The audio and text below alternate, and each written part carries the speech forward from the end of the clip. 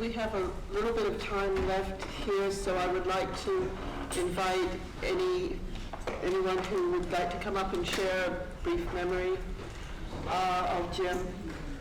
And a reminder that if the stairs are a bit daunting and you prefer a more accessible way, Joe in the back there will be happy to show you an easier way to get up onto the stage. Yes.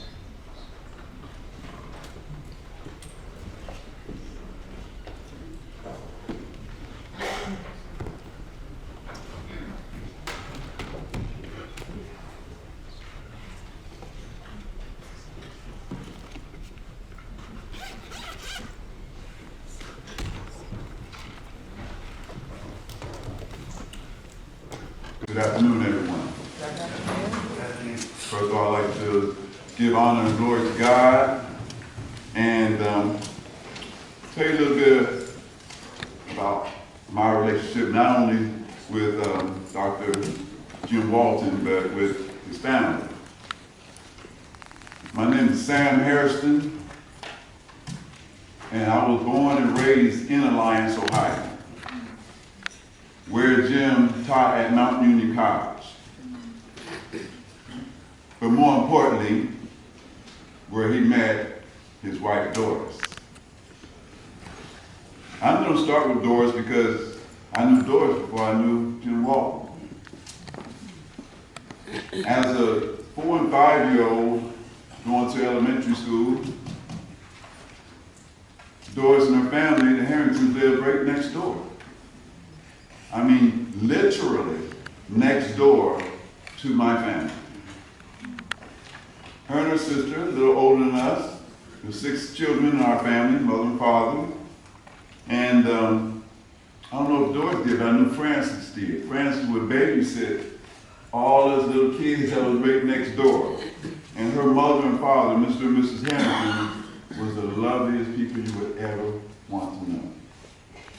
And if those of you that know Doris, and her personality, her demeanor, her calmness, her loving style, that's where she get it from her mother and father. And I was honored and blessed to know their family. Not only myself, my mother and my father.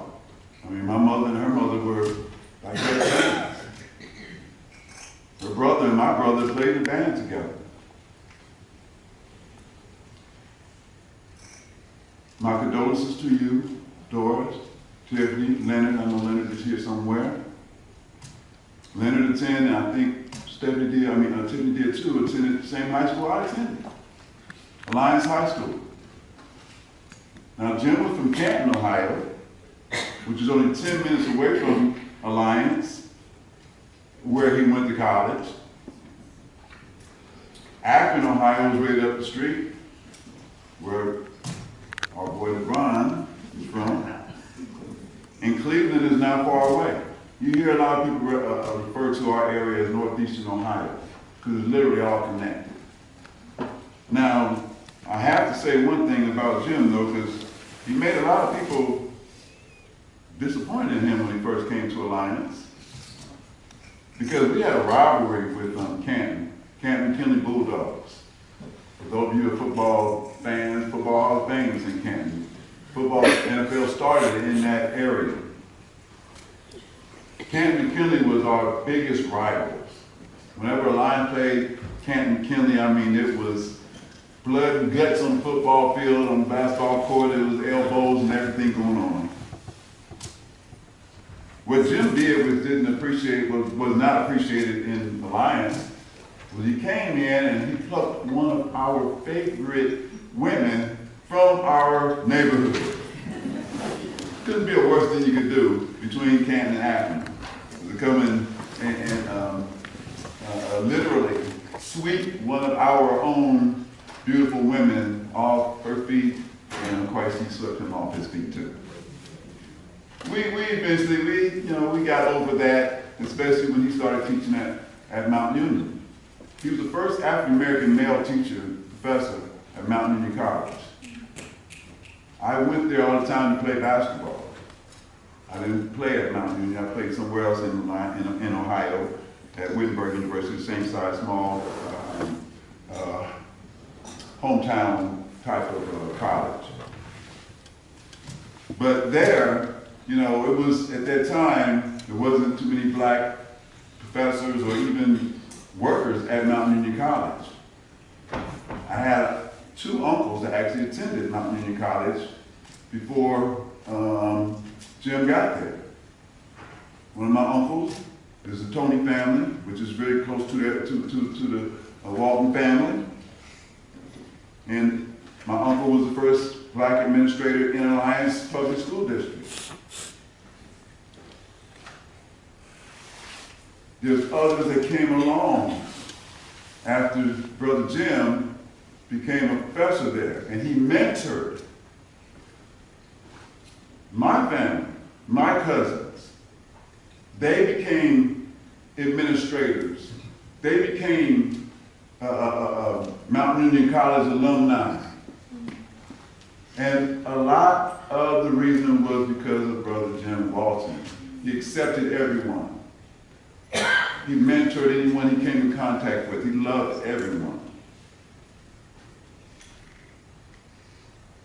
I read on the internet something he said I want to share with you because it hits home with me.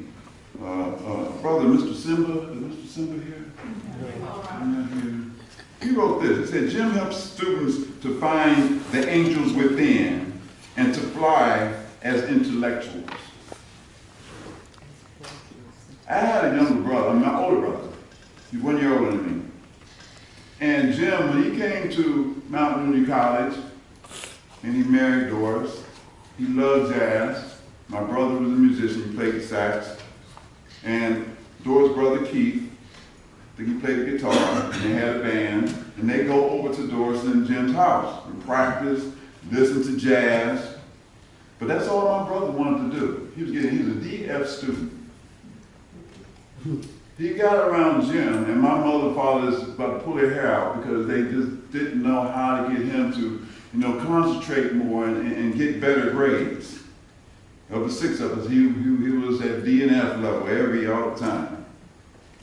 When he met Jim and Doris, and they invited him to their home, from his junior to his senior year, he went from D's and F's to A's and B's, literally overnight.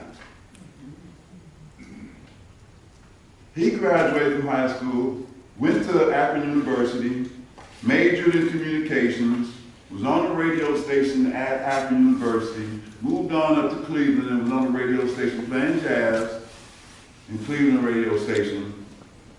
And to this day, and I know Doris knows my brother Lou, he gives all of his credit for his ascension to becoming to you and Jen. He wanted me to make sure I let you know that. And I want to make sure that you all know that. I've been hearing a lot about what he's done here, but I want to take y'all back a little bit to what he left back there, interests that the brother was talking about. Everybody's living off a lot of his interests back in Alliance, Ohio. So I just want to make sure that the family knows that my family, the Hairston family, the King family, the Tonys, that your family touched is grieving but also celebrating with you. And we appreciate, Doris, you and your family, the extended family, the little ones. Leonard is my guy. When he came out here, as a matter of fact, when Doris and Jim came out here, my mother called me and said, Doris and Jim's coming out there, you make sure you get with them. And I had the honor and privilege to take them for a ride around Fresno, show them, you know, different parts of Fresno. And I was honored to do that. They invited me to their home, watch boxing matches. Leonard played, like I say, with the same high school I did. I played high school basketball at Alliance High School. Leonard played basketball after I did, a few years after me. But I know I've spoken long enough, but I just want to make sure that You all know that Dr. James Walton, James E. Walton, known to our family as Brother Jim Walton, is loved and appreciated and be missed, but will be celebrated in Alliance, Canton, Akron, and Cleveland, Ohio. God bless you, Doris, and your family.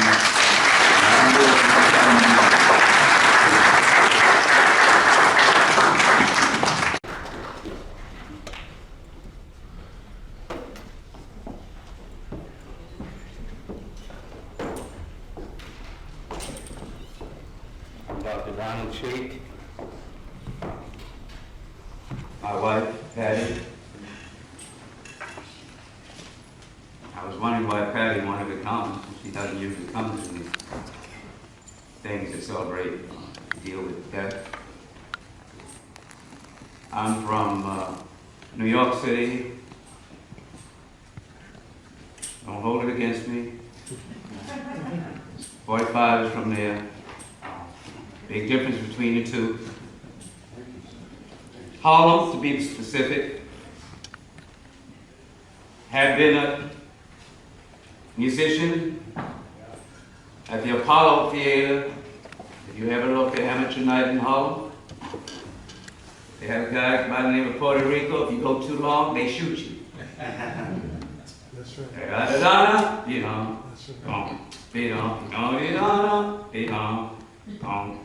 know, anybody ever know about the Apollo? Anybody hear about that? I didn't know about that. I didn't know that somebody got there and wrapped up and come out with a gun and they shoot you. You know that? Makes you very time conscious. Yes, it does.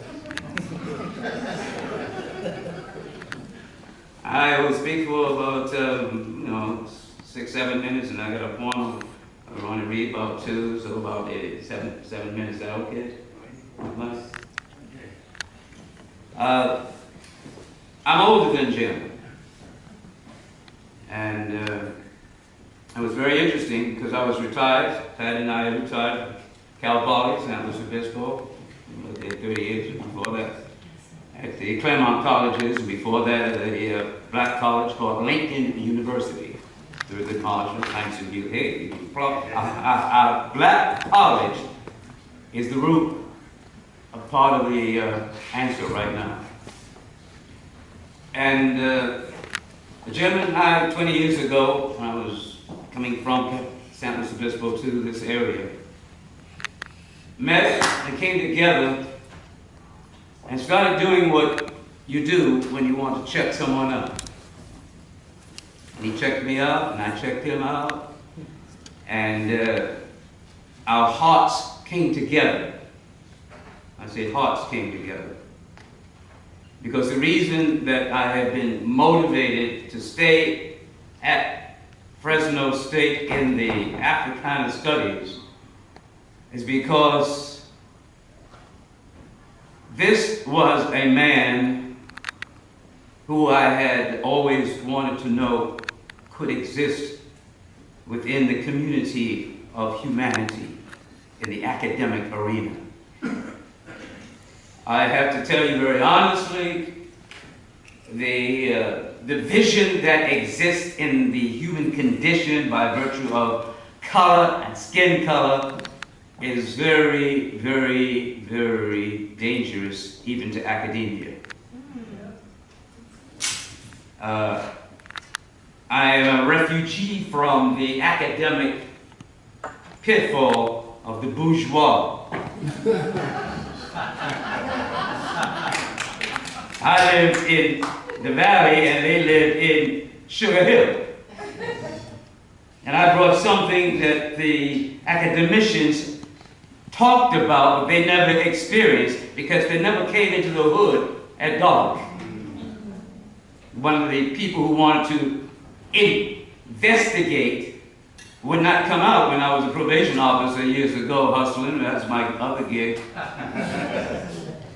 Before they even invented the word gig that is currently popular. The gig is way back. Yes. And they wanted to investigate the phenomena, and they wouldn't come out at night. I found that to be very prevalent among academicians. I found that to be very prevalent in not wanting to talk about truth. To me, Dr. Walton attracted many of us. You can just look at the pain that we have and the tears that we have when we listen to Dr. Mavita Gaudi, when we listen to Professor Tom Witt Ellis, when we listen to Dr. Meta Shetler. There's a pain that you have because we are not able to replicate this particular individual, but we owe him the dues to do the job that he started. That's what we owe him. The dues of the job that he started are more than just that articulation. It's part of the music that comes out of the spiritual context. They call them Negro spirituals. It's part of the understanding of who we are as a people as it relates to Africa. And making sure that we don't get involved in calling a person a cracker, call them Eurocentric. Maybe we can bring them into inclusivity, bring them together. Because the essence, for me, in what Dr. Walton represented is in the Greek word agape. I love. He exemplified love. I didn't think about it that much. My wife, Pat, remember we were at the picnic this morning, the church picnic? And then we had to take our little doggy and take him someplace and put him away, only 7 days with us, and rushing to get here. Why did I get and she get motivated? It's because it was a love for Dr. Walton and him, his wife, and his family. Didn't have to meet you specifically, because the whole concept of Geist or spirit or agape encapsulate all that person is and all they represent. And I didn't even think that I was going to have to use some scripture, but John 15:16 was repeated to me as a scripture that God has allowed Jesus to say, "You did not choose me, I chose you. I chose you, and I ordained you that you should go forth and bear fruit, and your fruit should remain." You were right on the scripture. You were right in there. God chose Walton. Why? So that he could be a light, so he could be an example, so he could be a model for us. Not just so we can sit down and say, hallelujah, God bless. No, he put a type of modeling that academicians, if you're in your classroom and teaching, you should teach with love. If you're in some form of activity for the community, you should be functioning with love. You should be concerned about the janitor. You should be concerned about the secretary. You should be concerned about the underpaid. You should be concerned about the exploited. Whoever they are, wherever they may be, you are a lover of humanity. That's what he was. It exuded. And he senses that in the people that he wants to come in and that came into, that's why I'm still there at Africana Studies. These are the people who love people. You know a sign of love? When you can look at a person, look at a student who's supposed to be culturally or skin color different, and you can see them as a member of your own family. You don't just see a Chicano, Latino, or Asian, or Japanese, or Chinese. You see them as potential, as some of us have potentially those people as members of our own family. That's when you got love. That's when you start breaking the barrier. The barrier is not one of just economics or political. The battle is in your head. It is your mind. It is the meanness that comes out of the whole concept of racism. The meanness that is the residue of Jim Crow. It is that hatred, that despicable way in which we look and treat people, despite the fact that we got degrees, despite the fact that we have the Bible, despite the fact that we can articulate all the good things in our heart. They are not loving of the people that we're talking to. That's the danger. That we think that we can clear it up politically. No, you can't. That's why Martin Luther King wrote his letter to those people who are pastors. He was talking not to their articulation. It is what is now called, and I use the word cognitive restructuring. It is changing of your mind. It is Romans 12. It says, offer your body a living sacrifice, holy and acceptable, and be transformed by the renewal of your mind so that you know his good and acceptable and perfect will. That's what does it. When you start moving, that whole head and that whole body will follow. Hallelujah. Anybody know hallelujah? Hallelujah. Hallelujah! Hallelujah! Thank you, Lord. Woo! Gotta wake this group of people up. That's what we gotta do. That's right. Okay, I said I was gonna finish. Langston Hughes. Langston Hughes went to the school that I was vice president at, called Lincoln University. Thurgood Marshall was there also. I was not black when I was 13. My mother gave me this book at 13 and 76 years old. I kept it and I wanted to bring it along and say, whatever I got is relevant. Every teacher ought to ask me, how relevant are they, their life, their mind, their spirit, to the people that they so-called educate? Many times people can, especially those, well, anybody, can go in with a black student and learn them from them. They learn more from a black student than they learn from the books. So that's why it's very important that we have a love connection. Langston Hughes says, a song to a Negro washwoman. Oh, washwoman, arms elbow deep in white suds, soul washed clean, clothes washed clean. I have many songs to sing you. Could I but find the words? Was it 4 o'clock or 6 o'clock or a winter afternoon? I saw you wringing out the last shirt in Miss White Lady's kitchen. Was it 4 o'clock or 6 o'clock? I don't remember. But I know on 7 one spring morning you were on Vermont Street with a bundle under your arms going to wash clothes. And I know I've seen you in the New York subway in the late afternoon coming home from washing clothes. Yes, I know you, washed woman. I know how you send your children to school and high school and even college. I know how you work to help your man when times are hard. I know how you build your house up from the wash tub and call it home. And how you raise your churches from white suds for the service of the Holy Ghost. I've seen you singing, washwoman, out in the backyard garden under the apple tree, singing, hanging white clothes on long lines in the sunshine. And I've seen you in church on Sunday morning, singing, praise your Jesus, because someday you're going to sit on the right-hand side of the Son of God and forget you ever were a washwoman. And the aching back and the bundles of clothes will be unremembered. Yes, I've seen you singing. For you singing, little brown woman, singing, strong black woman, singing, tall yellow woman, arms deep in white suds, soul washed clean, clothes washed clean. For you I have many songs to sing. Could I but say the words? Langston Hughes. That's what Dr. Walton was talking about. That's emotion. That's not cognition. It's spirit.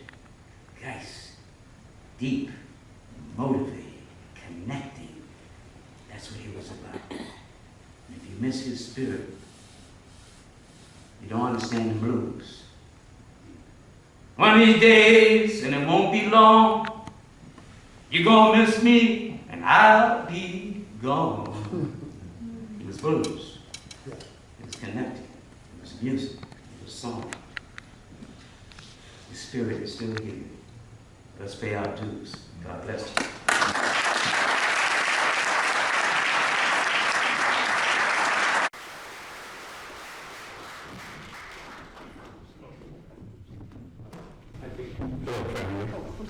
I was next.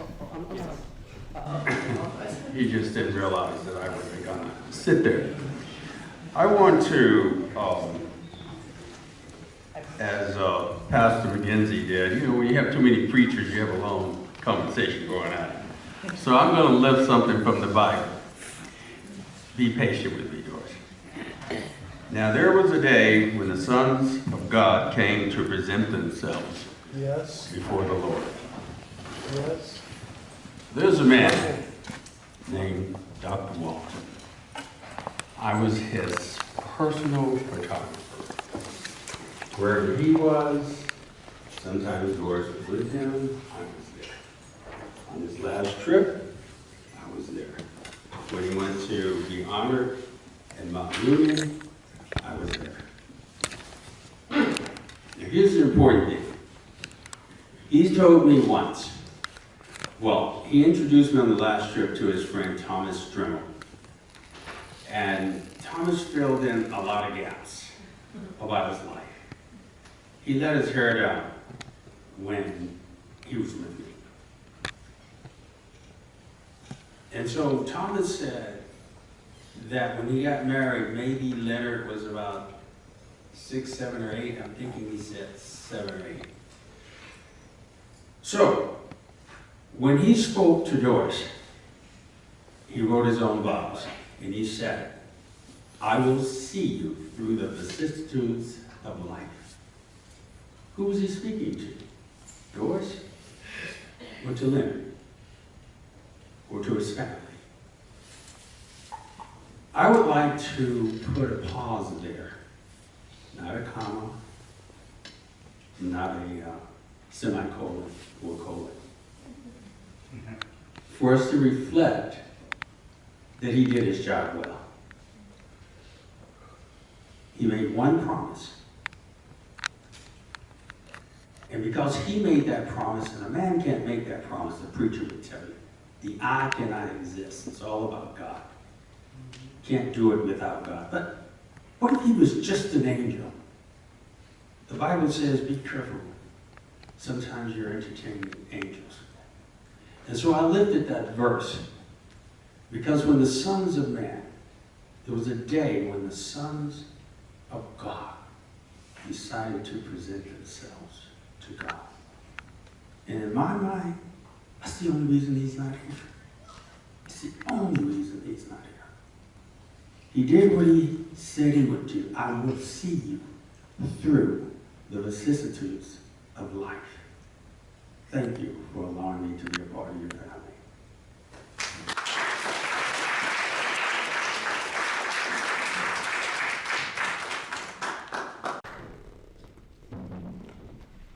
Thank you.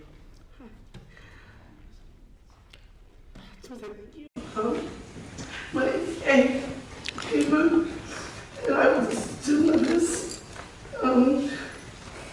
I would have never known him, but we were part of the Walton crew back in the early 90s, and we met him by accident. And I was encouraged to take English 20 with Chen, and John Garcia had encouraged that I sent the class for him with him, so I did. So I was there for, and I think this is when Jim just started. Yeah, he just started not too long ago. And I guess I've known him for a total of maybe 29, 30 years. So I wouldn't have known him. I was just in a regular tutoring class. But one day I was walking out the class and he said to me, excuse me. And he blinked at me like he always does. What are you? And I said to him, what do you mean? I'm female. And he said, no, what are you? Because you talk too damn much to be mom. And so that's when we started our funny type of relationship. That's what started. If he hadn't reached out to me, I would have never known him, other than just ever about him. I met him on the way. He often talked to his roommate, and being the 19-20-year-old that we were naive. We thought for the semester his roommate was a man from Japan. Doris. So next time, after that, we figured out that he was married, but he often referred to me as his roommate.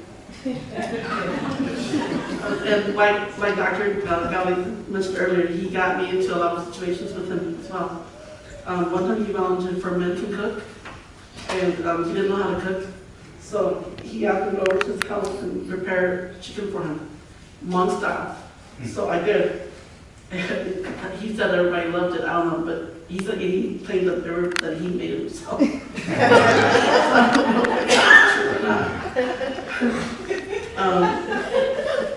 Dr. Walton and Linnea Alexander and Dr. Chua were all my master's thesis professors.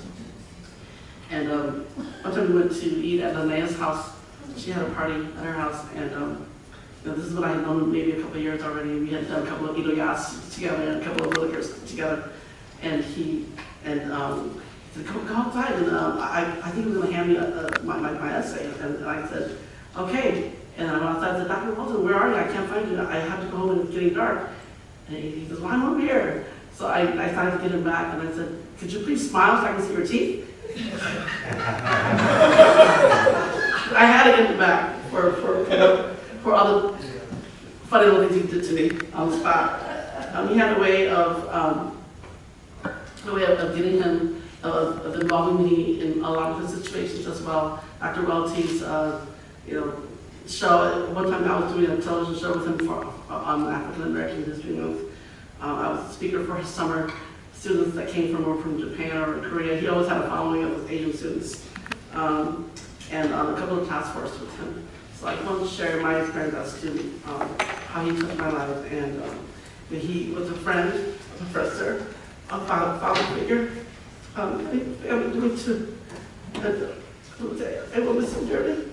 He has touched my life because of him and Dr. Cho and other professors, and Dr. Weston even. They inspired me to teach literature, to be a professor as I was for a number of years. I want to say thank you, Doris and Tiffany.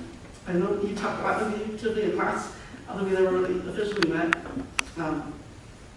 I also wanted to add that if it weren't for him, I wouldn't have been able to attend so many conferences and be the speaker, because if I were going to attend, he made sure I was doing some kind of a presentation, and if it weren't for him, I would have never had that on my belt. So I just want to say thank you for the opportunity, and it was a pleasure having him as my professor, and being under and having him constantly test me and push my buttons and making sure that I was the best that I can be. And so I will carry on that interest with the rest now going forward. Thank you very much.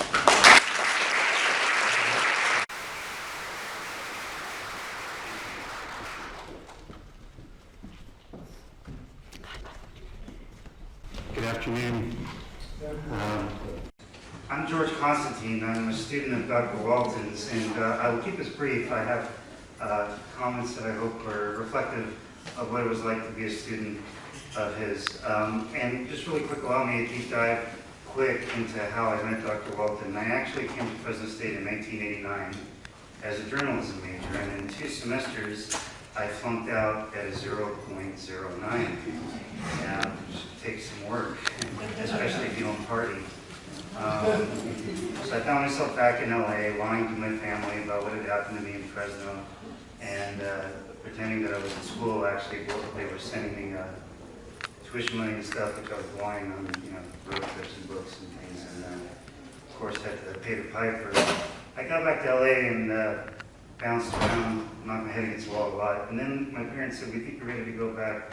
You're getting a second chance, but there's no third chance." And back then, this is going fall of '82, you would register still by, I believe, by mail or something. So no phone yet, is on the way before the internet. So I know I registered for this English 20 class. I believe it was called Masterpieces of 20th Century American Literature, and the name looked good, Walton. And there we go, on that first day back in school, and I was so excited. I thought this time I could make it happen. Still a journalism major. And I walked into that ag building there, and those of you who've ever had English classes there in the ag building with Dr. Schwab and others up at the north corner there. And here was this elegantly appointed, dignified man, just dressed extraordinarily and just with great dignity and grace. And it was Dr. Walton.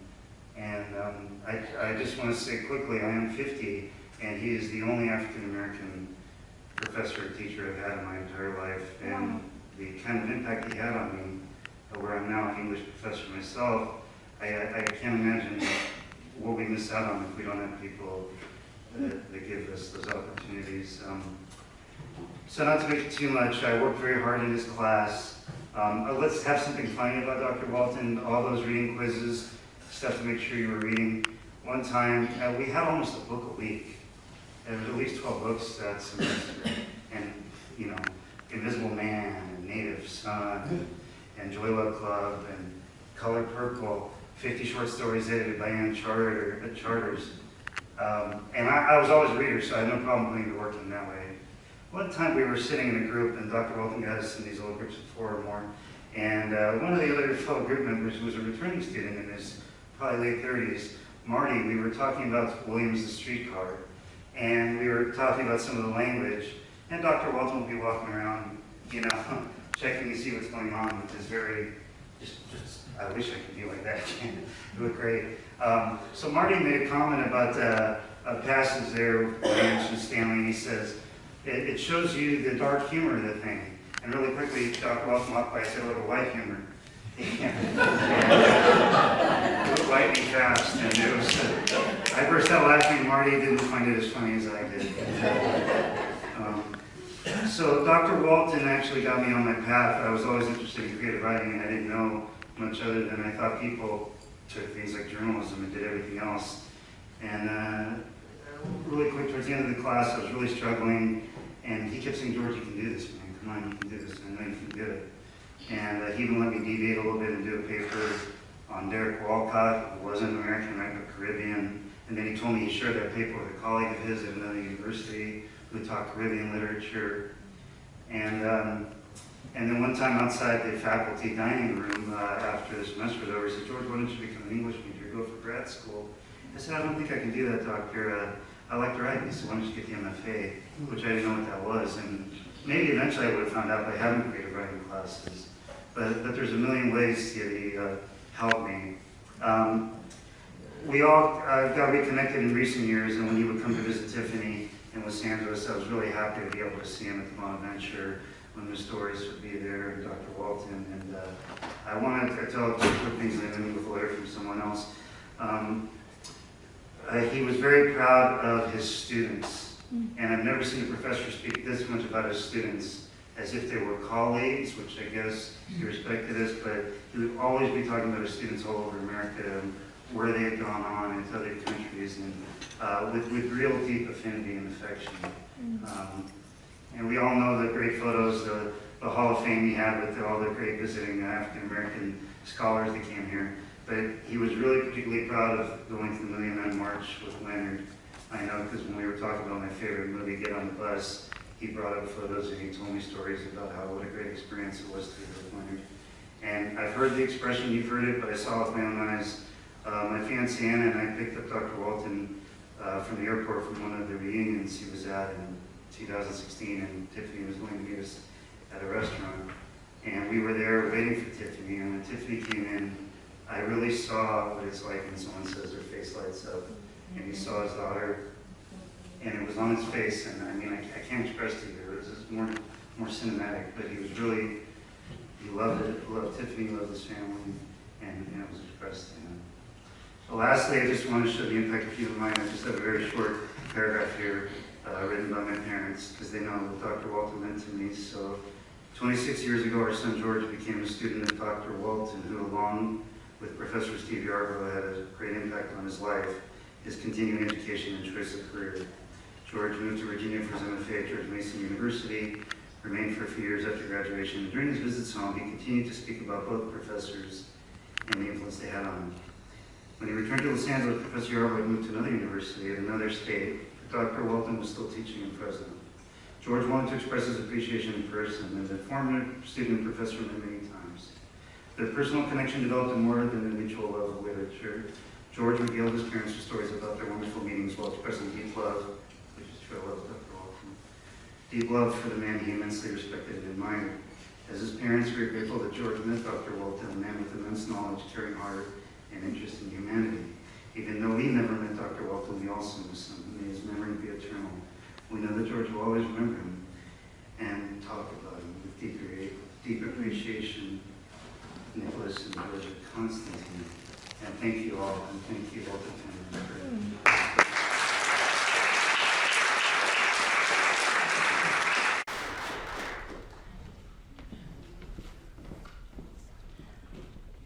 You know, it was a big transition for me to come from Hampton University in 1991 and set foot in Fresno, California, where it was a very different place.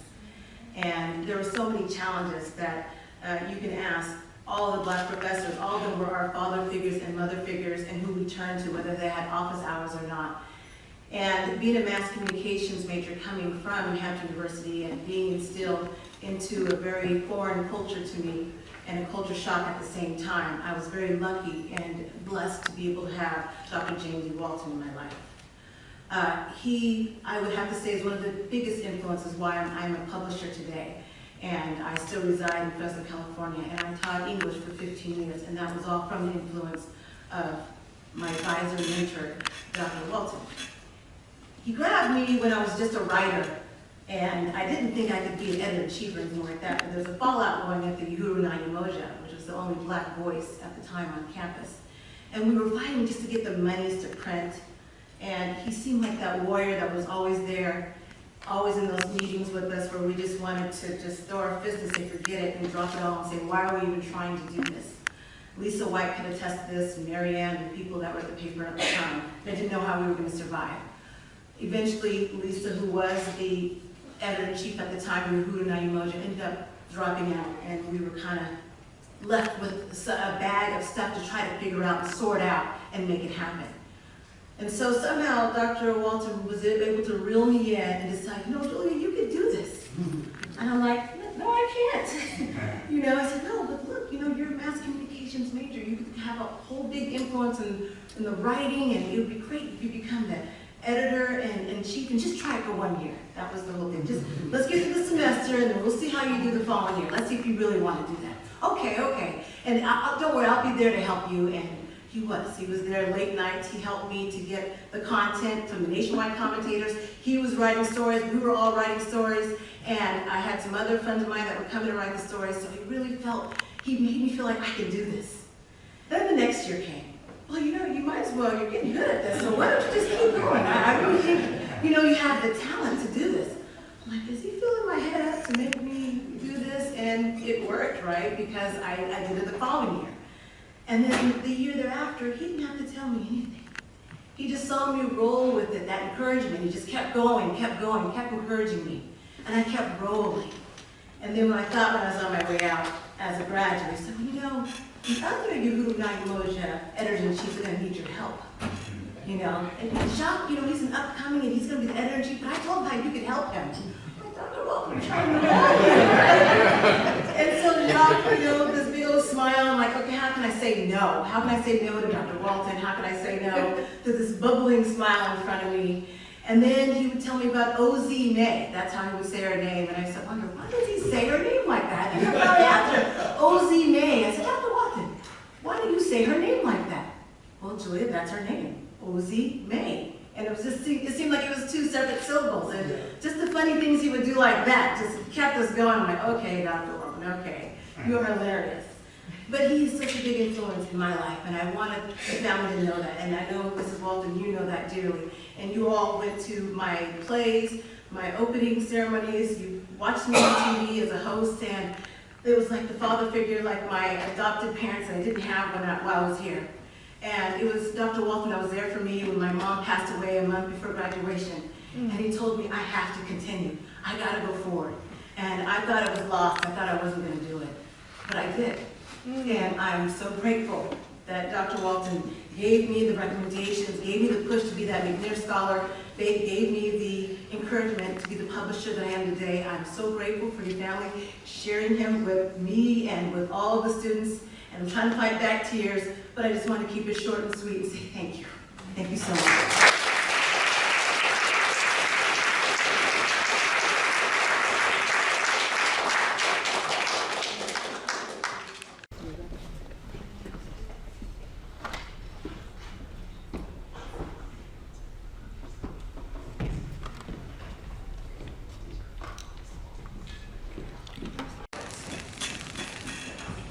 Please see the deal. Oh.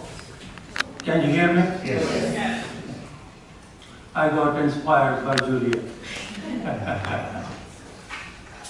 I'm Dr. Kapoor. I have been on the campus for quite some time, more than 5 decades. I have met a lot of people, ran into a lot of good people on this campus. There are some people who leave behind a legacy that we all need to keep in mind and enshrine in our hearts. Dr. Walton was one of those persons whom I met on this campus who had influenced and inspired and impacted me. His way of dealing with people, mannerism, he was a very kind, helpful and gentle soul.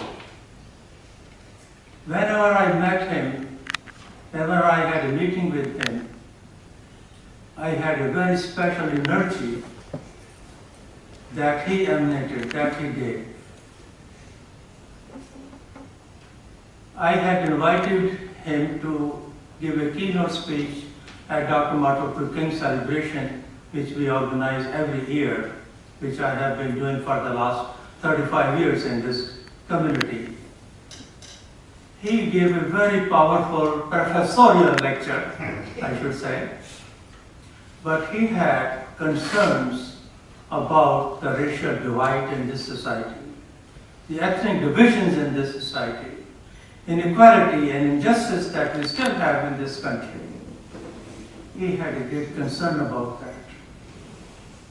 Yes, he spoke and knew many languages, but he also knew the language of peace, brotherhood, and love. And that's what I think we can and we need to keep in our mind. The message that his life has given to me, it is that treat everybody with due respect and dignity. We want to really convey our heartfelt thanks for having such a life partner in your life, and a colleague on this campus, whose contribution we will remember, his students will remember, colleagues will remember, and he was an icon. Thank you very much.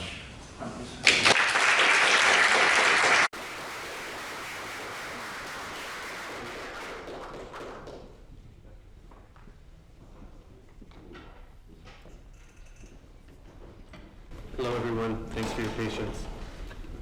My name is Jefferson Beavers. I'm a staff in the English department. I'm honored to work with Tiffany and Leonard and Doris to put this event together. In lieu of reading something of my own, I'm going to read something that Dr. Malik Simba asked me to share with you. He could not be here today. He has I think a wedding out of state. And so these are some thoughts from Dr. Walton's longtime friend, collaborator, and colleague, Malik Simba. Dr. Walton and I co-taught a course on the history and cultural importance of Malcolm X. Working with Jim within the classroom setting, I witnessed the consummate master teacher whose first priority was to elevate the critical thinking skills of students. I observed a colleague who had the ultimate compassion for students and a passion, as Dr. Kapoor mentioned, for the subject matter of civil rights and human rights. He helped students to find the angels within. We've heard this passage before. He helped students to find the angels within and to fly as burgeoning intellectuals. I regret that I am not able to be here today because Jim was a dear and trusted friend. I will surely miss him. From Dr. Simba. Thank you.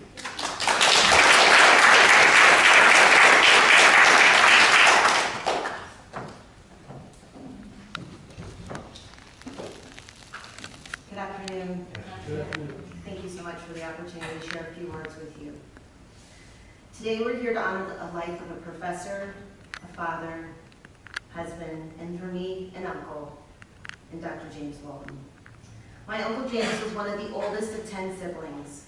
Growing up, my grandmother's house was filled with energy. With 9 aunts and uncles, that translated into no less than 20 first cousins, and numerous family gatherings that brought us together. Our gatherings were easily facilitated because for most of us, we lived in Canton, Ohio. But for my Uncle James, who was teaching at that time at Mount Union College, he lived about 30 minutes away. But nonetheless, he would make a point to be present. My Aunt Doris and my Uncle James moved to Fresno did not change his commitment to traveling home to be with extended family. As you may have imagined, my Uncle James was never the wallflower at family gatherings, but rather the epicenter of a conversation, a thought, an idea, or a debate. My Uncle James enjoyed the company of family and friends and made it a priority to maximize his time in Ohio, to see everyone from his college roommates to old high school friends with each and every visit. Our family extends well beyond our Ohio roots. For 41 years, we have celebrated the Walton family reunion. Our annual gatherings bring Waltons together from as far east and west, north and south as you can imagine. My Uncle James was a founding father of the family reunion, which has strengthened family bonds and gifted us with historical context of who we are as Waltons. While his physical presence will be no more, his spirit and love of the Walton family will remain ever present in those of us who have the pleasure of carrying on his legacy. Thank you so much.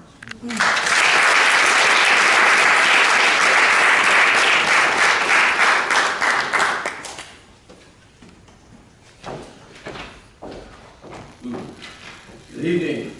I know the evening's getting late. I'm not going to be long, but I am a cousin of Dr. Walton, and I just wanted to get up here and thank all of you. I've been sitting here listening to all the tributes that you have given to my Uncle Jim, and I am just overwhelmed with the amount of love that you have poured out and showed to my Aunt Doris, my cousin Leonard, my cousin Tiffany, Jeff Toe, and the rest of my family. And I just want to thank you all for this beautiful tribute. I also want to thank all my family for coming down. You met Angela, Jim's niece, her two daughters are here. And I also have my cousin Manuel, his wife Jewel, and their friend Lulu, who traveled from Vegas to be here with us today. And I just want to thank you all for this beautiful tribute, and thank you all for opening up your homes, opening up your hearts, and welcoming Uncle Jim, Aunt Doris, Leonard, and Tiffany when they first moved to Fresno. Because we were worried about them when they first left the East Coast and came to the West Coast. But they have managed to make this a home for them, and they could not have done that without all of you and without everybody here at this university. So I want to thank you from the Walton family. Thank you very much.